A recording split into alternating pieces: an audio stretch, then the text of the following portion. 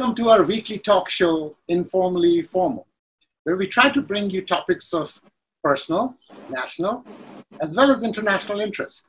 Our today's topic is very timely. It's on the SME sector, the present and future in this COVID world. And to talk about it today, we have someone very important. He's the president of Dhaka Chamber of Commerce and Industry, which, as you know, is the largest trade body as far as SMEs go. So please help me welcome Mr. Shams Mahmud.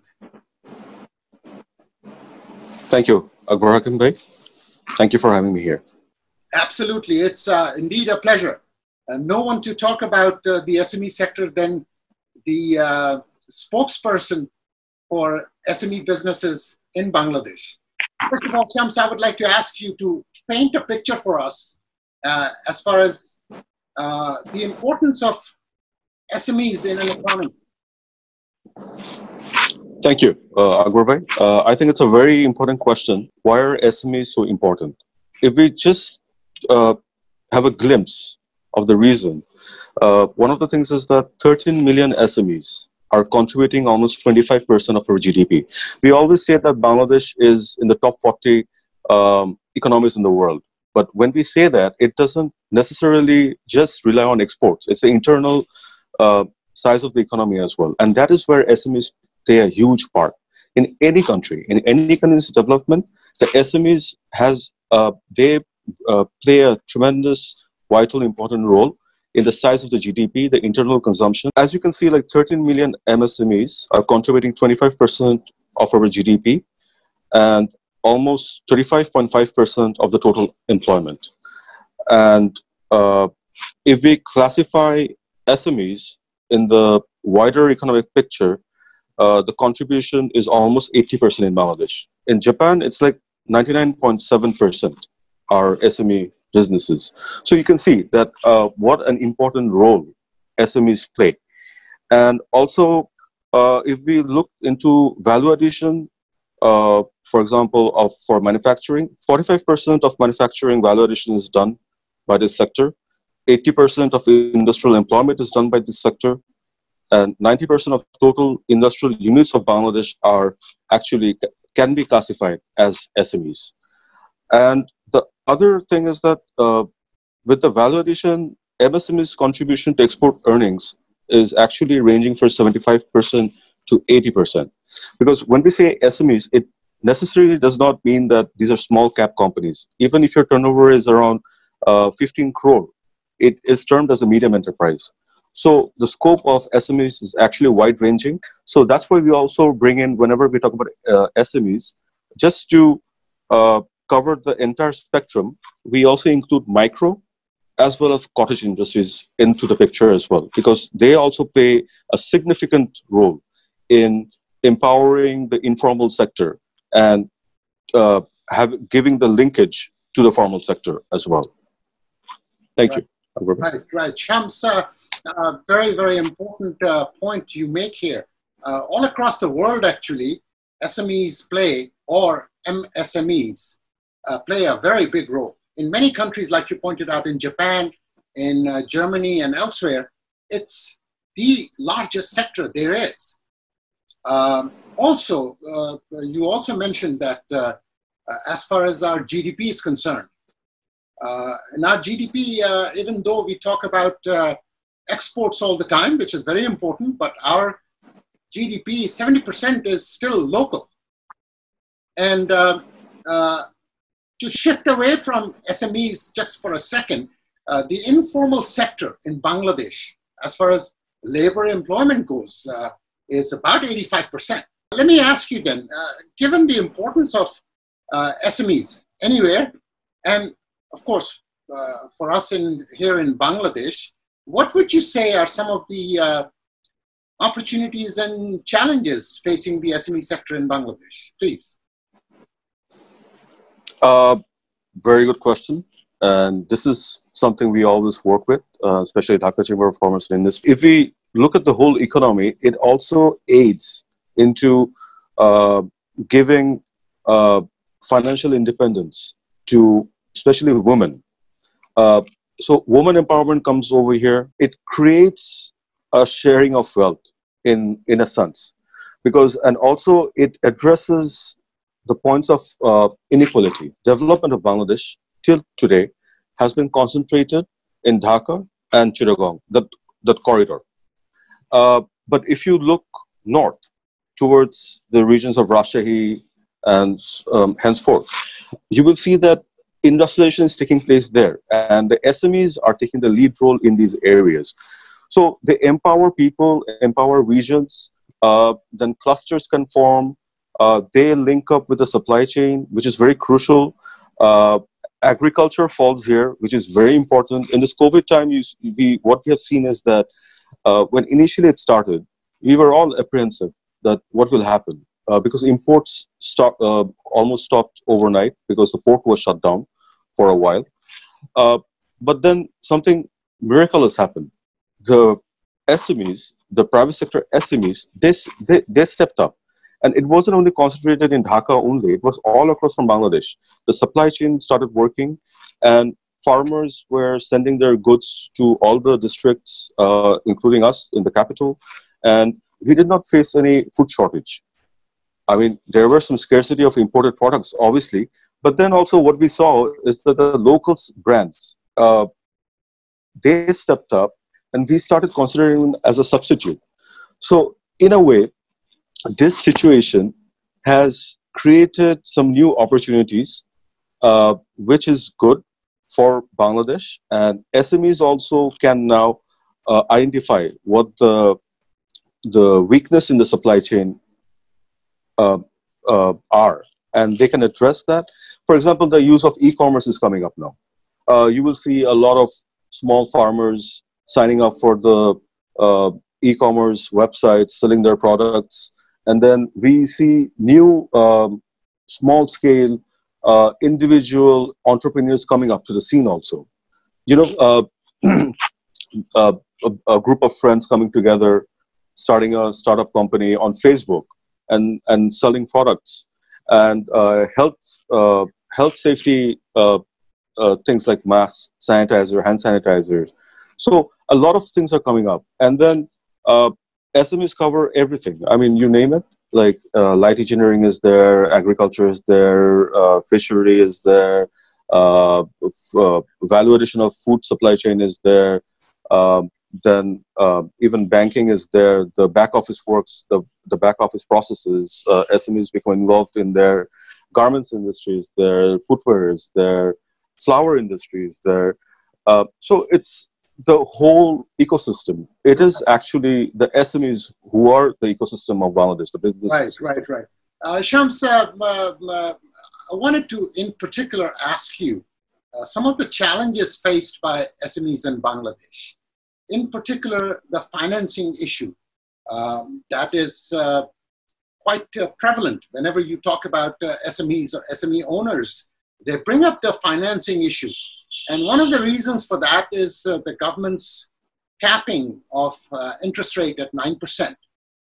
Capping of interest rate at 9%. And as you know, the banks basically say that for SMEs, the risk is a little greater. There's more paperwork and more administrative hassle. So 9% is rather difficult for the banks. And they have a proposal with the central bank right now, where they're working on it's at a draft stage right now, where they're asking, the banks are asking the central bank to take the first risk, so to speak. So would you shed some light on the financing challenges faced by SMEs in Bangladesh, please? Yes, Akbar bhai, just a quick update. Yesterday, in fact, Bangladesh Bank approved the credit financing scheme. They approved it, but on a smaller scale for 2,000 crore. They have approved it. So in that case, what will happen? What will happen is that 80% of the risk will be insured, and in case of default, Bangladesh Bank will provide the fund from which banks can have access to the fund. Now, this is in the modern times, like today's burning issue is the question you just asked. When we talk about SMEs, most of these small business owners, I'm talking about the small, not the medium or enterprises, the micro, cottage and small, they're usually their relatives, their distant relatives from the villages, or cousins, or someone who's working for them, or someone they know. They're from the same village or something like that.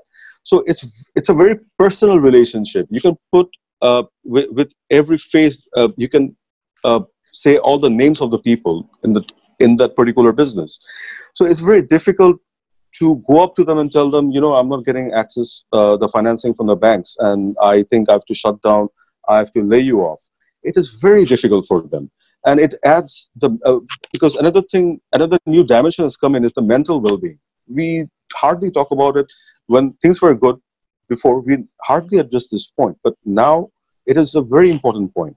So, the business owners themselves are going through depression because this is a personal relationship they've developed with their employees. And when you talk about micro and cottage, they're not employees. They're more like friends or partners. Right. But when you talk about big businesses, then you have different connotations. We say in a different way.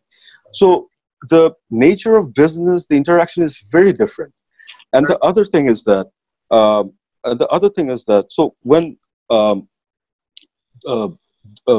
when they tell us this, we get very emotional, and we say a lot of things. The banks aren't working, banks are reluctant to give funds. But we also have to understand the time has come now that instead of having divides, we should all come together, and we should try to find a way forward. So Dhaka Chamber is trying to address this point. We're sitting with all the stakeholders, all the subsectors, representative, business on the fringes like bakeries,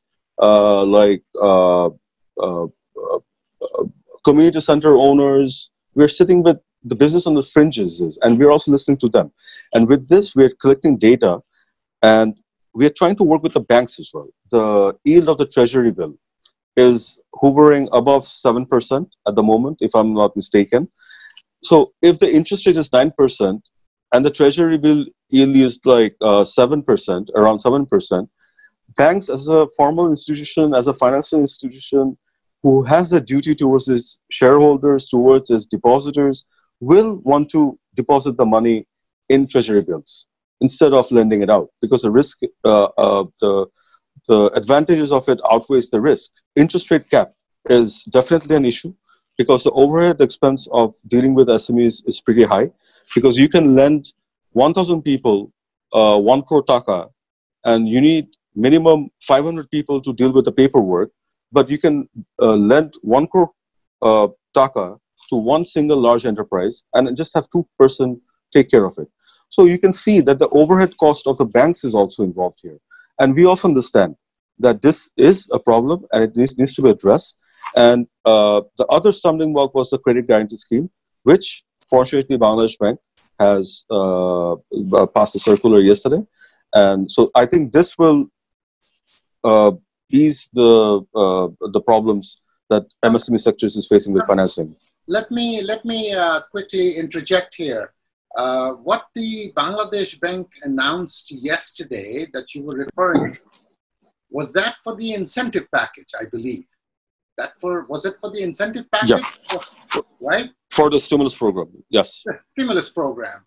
But the bigger question still remains, as I was mentioning, as far as SME lending is concerned, which is in a draft mode right now. But yes, you're right. The Bangladesh Bank has taken a step towards easing the incentive package. Even in the incentive package, for the state central bank to step in and take the first risk helps the lending process quite a bit. You bring about quite a few very interesting points, and you're absolutely right.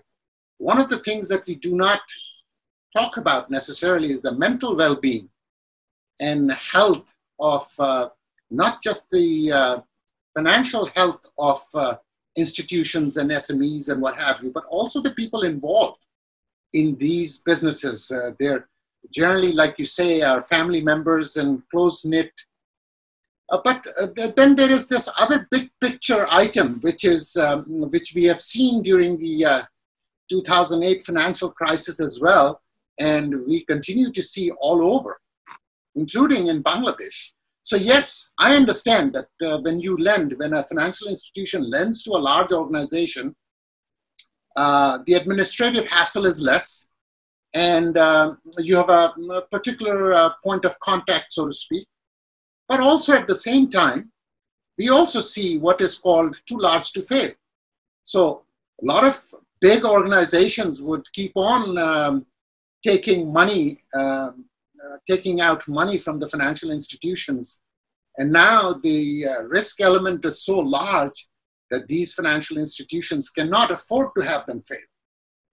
So that is another topic for another day, Shams, but let it suffice to say that the SME sector in Bangladesh continues to suffer as far as the financing side of their business is concerned.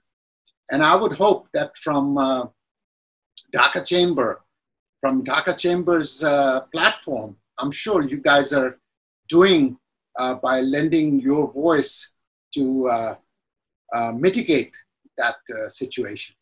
Let me now, Shams, move to asking you, since you work hand in hand with the government in terms of policy advocacy for primarily all businesses in Bangladesh, but primarily SMEs. What policy reforms do you see that the government ought to look at to make the process smoother, so to speak, and also help us to take us to our goals of 2021 and 2041 as stated by our Honorable Prime Minister? Over to you, Shams. Thank you, Akbar Bhai. That's also another very important question. That's a $1 million question. But what I want to start with is something wonderful is happening over the last 3 months in Bangladesh. We have seen, like, traditionally, we always see that whenever any committees are formed by the government related to any issues, it's mainly dominated by the bureaucrats. But in the last 3 months, we have noticed that there has been a shift in the policy of government regarding this. Now, private sector bodies are being included in very important boards. For example, Dhaka Chamber just became a member in the executive board of Bangladesh Economic Zones Authority, BEZA. And it is headed by the Honorable Prime Minister.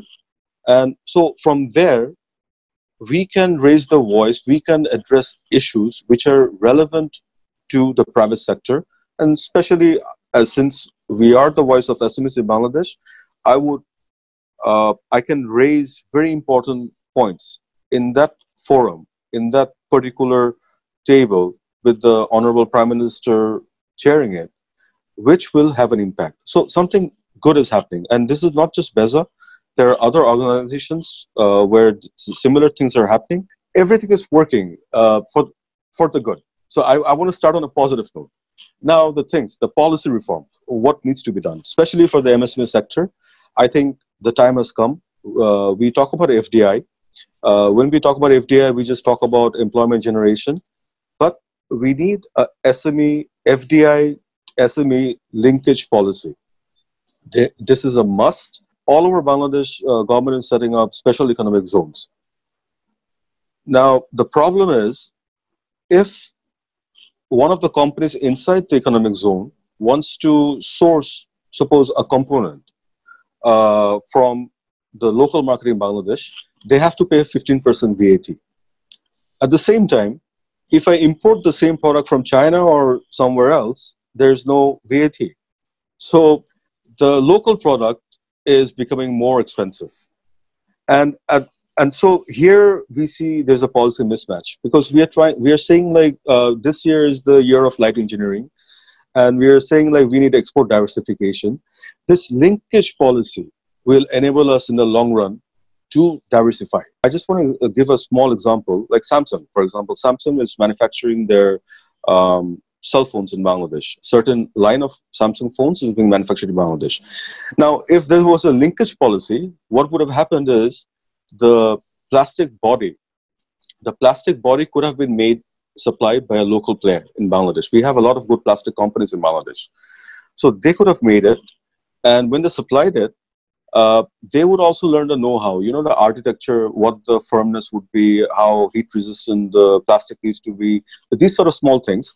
But 10 years down the line, they themselves can actually become huge exporters. They themselves can become an exporter. So when there's a cell phone, there are a lot of components. There's a plastic body, there's the glass on top, there's a circuit.